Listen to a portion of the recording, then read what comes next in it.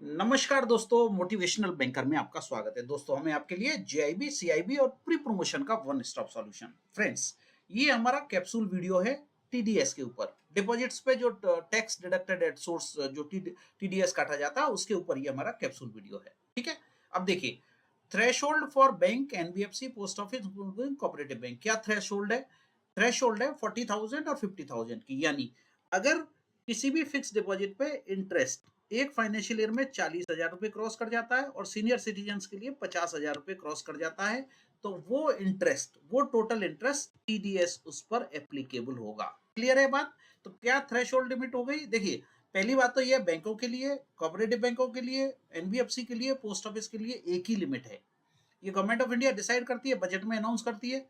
ठीक है, 40,000 की थ्रेशोल्ड लिमिट है जनरल पब्लिक पब्लिक के लिए, और सीनियर सिटीजन के लिए 50,000। यानी जैसे ही आपका इंटरेस्ट एक फाइनेंशियल ईयर में एफडी फिक्स डिपॉजिट का इंटरेस्ट 40,000 क्रॉस कर जाएगा तो आपको टीडीएस एप्लीकेबल होगा, और सीनियर सिटीजन का अगर 50,000 क्रॉस कर जाएगा तो 50,000 क्रॉस कर जाएगा तो टीडीएस एप्लीकेबल होगा। अब इसमें टीडीएस का रेट क्या है? देखिए, अगर बंदे ने, जिसने एफडी कराई है बैंक में, उसने पेन नंबर अपना दिया है, पेन डिटेल दी है, तो उसको टीडीएस आएगा 10%। अगर पेन नहीं दिया है उसने तो टीडीएस आएगा उसको 20%। ये क्लियर कर लें।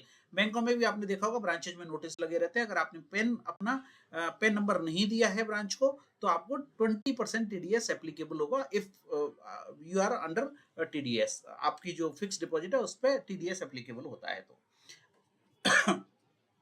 अब देखिए, टीडीएस कब एप्लीकेबल होगा। ठीक है, पहले तो देख लेते हैं एग्जेम्पशन कहाँ है। टीडीएस पे एग्जेम्पशन कहाँ है? अगर बंदे की एज 60 साल से कम है तो उसको 15G देना है, और 60 ईयर्स और ओल्डर है तो 15H देना है। यानी 15G 15H फॉर्म से आप टीडीएस पे एग्जेम्पशन मांग सकते हैं। अगर आपका इंटरेस्ट, समझो आपने एफडीआर कराई और आपको एग्जेम्पशन चाहिए, तो आप एग्जेम्पशन के लिए 15G या 15H आपकी एज के अकॉर्डिंगली दे सकते हैं। ठीक है, अब टीडीएस कब डिडक्ट होता है? टीडीएस डिडक्ट होता है जब आपको क्रेडिट किया जाता है अकाउंट में, या आपको पेमेंट किया जाता है। भाई, आपके एफडीआर मैच्योर हो गए, आपने पेमेंट मांगा तो टीडीएस कटेगा, या उससे पहले अकाउंट को क्रेडिट कर दिया तो टीडीएस कटेगा। यानी जैसे ही इंटरेस्ट 40,000 या 50,000 क्रॉस कर जाएगा, टीडीएस कट जाएगा। आइदर आपके अकाउंट को क्रेडिट कर रहे हैं या फिर आपको पेमेंट कर रहे हैं फाइनली। और अगर टीडीएस से एग्जेम्पशन चाहिए तो 15G या 15H सबमिट करना होगा। ठीक है, अब बात करते हैं रिपोर्टिंग और रिफंड के बारे में। देखिए, टीडीएस जो है वो कहाँ रिपोर्ट किया जाता है? फॉर्म 26AS में। The deducted TDS is reported in form 26AS which can be view online. आप ऑनलाइन 26AS को देख सकते हैं, उसमें आपको डिटेल मिल जाएगी कि कितना टीडीएस आपका कटा है। ठीक है, if your total tax liability is lower than the TDS deducted.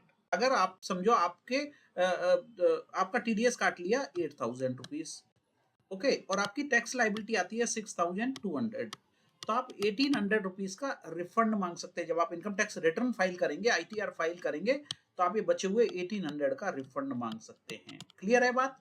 तो आपको 26AS में ऑनलाइन दिख जाएगा कि कितना टीडीएस बना है आपका, तो कितना टीडीएस डिडक्ट हुआ है, और टैक्स लाइबिलिटी आपकी नहीं बनती है या टैक्स लाइबिलिटी कम बनती है तो आप इसका रिफंड मांग सकते हैं जब आप इनकम टैक्स रिटर्न फाइल करेंगे। इसके अलावा कुछ और बातें आपको ध्यान रखनी है। जो टीडीएस कैलकुलेट किया जाता है वो interest earn across all the branches of the same bank. एक बैंक में, समझो आपने स्टेट बैंक ऑफ इंडिया में एफडीआर कराई, ए ब्रांच में 2 लाख की एफडीआर, बी ब्रांच में 3 लाख की एफडीआर, सी ब्रांच में 50,000 की एफडीआर, तो ये 50,000 वाली एफडीआर पे भी टीडीएस आएगा। तो एक बैंक की जितनी भी ब्रांचें हैं वो सारी क्लब हो जाएंगी। अगर यही आपने दूसरी एफडीआर बैंक ऑफ बड़ौदा में कराई है तो बैंक ऑफ बड़ौदा का सेपरेट होगा और एसबीआई का सेपरेट होगा। तो एसबीआई की जितनी एफडीआर है वो सारी क्लब हो जाएंगी और उस पर इंटरेस्ट भी क्लब हो जाएगा। ठीक है, अगर मल्टीपल बैंक में है तो वो इंडिपेंडेंटली बैंक अपना अपना देखेंगे। ठीक है, जो भी जैसे बैंक ऑफ बड़ौदा में है तो बैंक ऑफ बड़ौदा का काउंट होगा, एसबीआई में तो एसबीआई का काउंट होगा। ठीक है, और इसमें क्या रह गया? अगर बैंक ने आपका टीडीएस डिडक्ट कर लिया समझिए, ठीक है, और या आपकी टोटल इनकम टैक्सेबल है, तो deducted TDS can be adjusted against your total tax liability, उसमें वो एडजस्ट हो जाएगा। तो इसमें देखिए इंपॉर्टेंट चीजें क्या क्या हैं बता देता हूं मैं। थ्रेशोल्ड लिमिट क्या है? 40,000 और 50,000। Bank, NBFC, post office, cooperative bank सबके लिए एक ही लिमिट है। दूसरी बात, रेट क्या है टीडीएस का? 10% जब आपने पेन नंबर दे रखा है और 20% जब आपने पेन नंबर नहीं दे रखा है। अगर टीडीएस एग्जेम्पशन चाहिए और आपकी एज लेस देन 60 ईयर्स है तो 15G दे सकते हैं। फाइनेंशियल ईयर के शुरू में ही देना होगा आपको, ठीक है? जैसे ही फाइनेंशियल शुरू होता है आपको 15G 15H देना होगा। और 15H कब देना है आपको? 60 या उससे ज्यादा आपकी एज हो गई तो आपको 15H फॉर्म देना है एग्जेम्पशन के लिए। रिपोर्टिंग जो टीडीएस आपका डिडक्ट होता है उसकी 26 एएस में होती है, जो ऑनलाइन व्यू किया जा सकता है। अगर आपका टैक्स ज्यादा डिडक्ट हो गया और आपका टैक्स लायबिलिटी कम बनती है तो जब आप इनकम टैक्स रिटर्न फाइल करेंगे उस टाइम में आप इसका रिफंड मांग सकते हैं, जो एक्सेस अमाउंट आपका हो गया उसका रिफंड मांग सकते हैं। ठीक है, ये जानकारी थी। और एक और बात मैंने आपको बताई कि अगर एक बैंक की 4 ब्रांचों में, अलग अलग ब्रांचों में आप एफडीआर करा रहे हैं तो ऐसा मत समझना कि अलग अलग कैलकुलेट होगा, वो सारा आपके पेन नंबर से बैंक टीडीएस आपका डिडक्ट कर लेगा। यानी चारों ब्रांचों का जो इंटरेस्ट है वो क्लब हो जाएगा और वो 40,000 या 50,000 को एक्सीड करता है तो आपको टीडीएस एप्लीकेबल होगा। तो ये जानकारी थी दोस्तों हमारी टैक्स ऑन डिपॉजिट्स के ऊपर। मैं उम्मीद करता हूँ कि इससे आपकी टीडीएस के बारे में जानकारी बढ़ी होगी, आपके एग्जाम के पॉइंट ऑफ व्यू से, जेआईबी सीआईबी के लिए और प्री प्रमोशन के लिए। ये उम्मीद के साथ में कि ये वीडियो आपको हेल्पफुल रहेगा। एक और बात ध्यान रखें, आज 24 नवंबर को हमने ये वीडियो बनाया है। आज के दिन ये जो लिमिट्स हैं वो एप्लीकेबल हैं।